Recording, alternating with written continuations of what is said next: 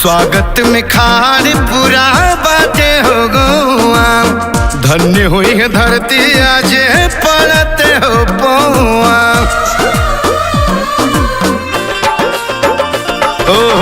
स्वागत में खार पूरा बाटे हो गौआ। धन्य हुई है धरती आज पड़ते हो पौआ।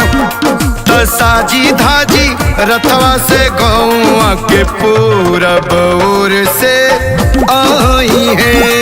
और हमारी नगरिया मयरिया सबका घर घर हो आई है।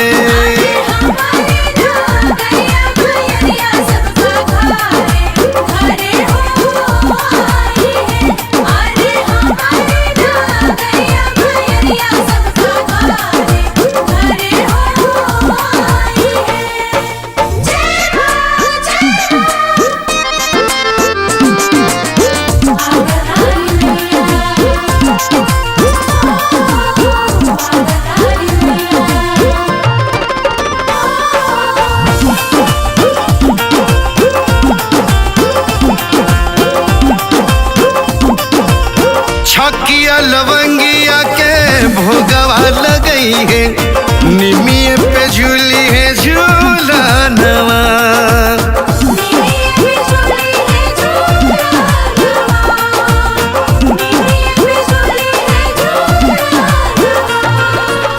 लागी कचहरी हो आठोरे पहरी। नव दिन रही है आंगनवा।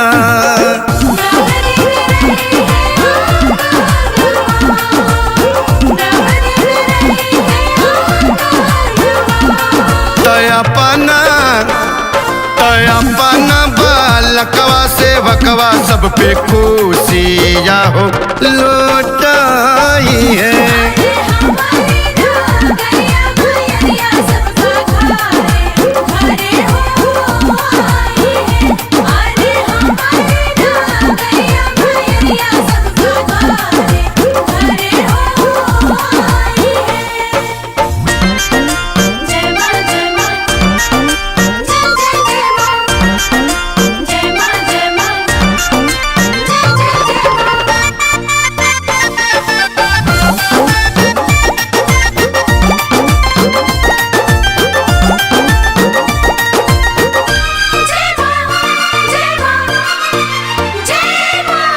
सब कर हरी है दुखवा बलैया। पूरा करी है मनवा के मनसा।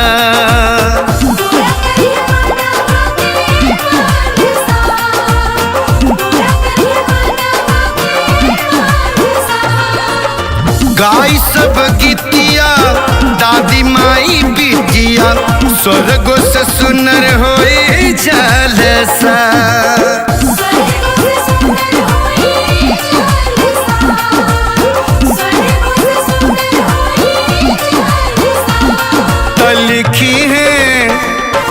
लिखी है पचरा मुकेश रोज गोपाल गाई सुनाई है।